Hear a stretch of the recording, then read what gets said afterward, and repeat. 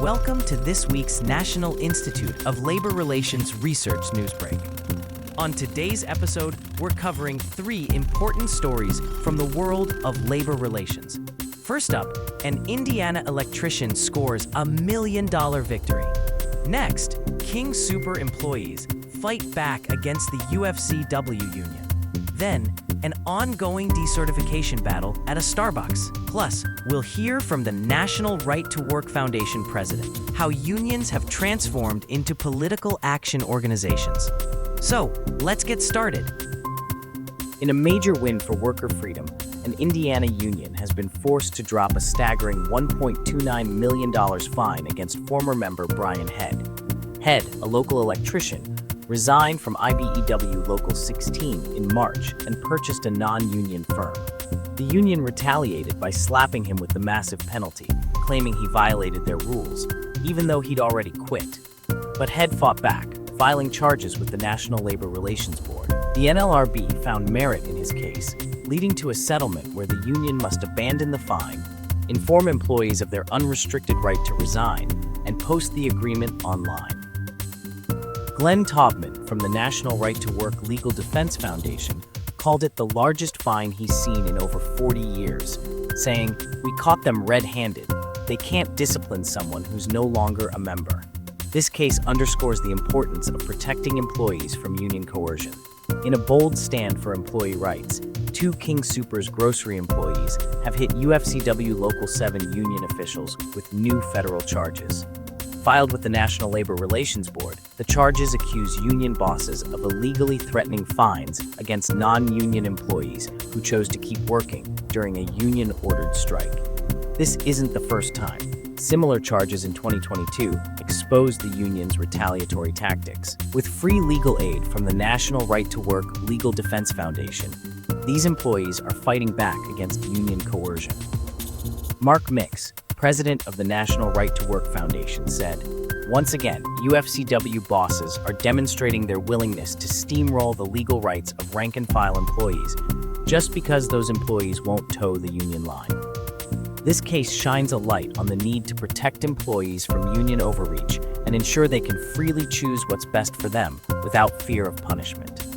In a crucial battle for employee rights, Starbucks barista Nadia Kubin from Niskayuna, New York, is fighting to overturn federal policies that prevent her and her colleagues from voting to remove Starbucks Workers United union officials. With free legal aid from the National Right to Work Legal Defense Foundation, Kubin filed a decertification petition in February 2025, supported by her co-workers' signatures. However, the National Labor Relations Board dismissed the petition based on unverified unfair labor practice charges filed by the union against Starbucks.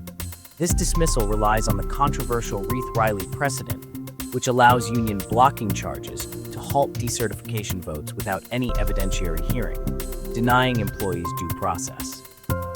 Kuban has now submitted a request for review to the NLRB, arguing that this violates the National Labor Relations Act and employees' rights.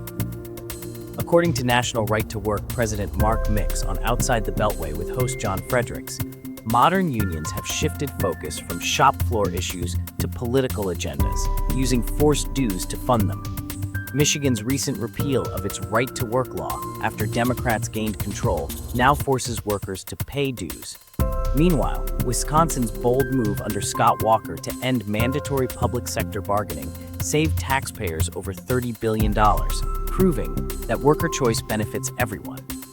You know, my stepfather was a 32-year member of the machinist union. He was a welder. Same story, John, but he didn't believe in force and compulsion. He really didn't.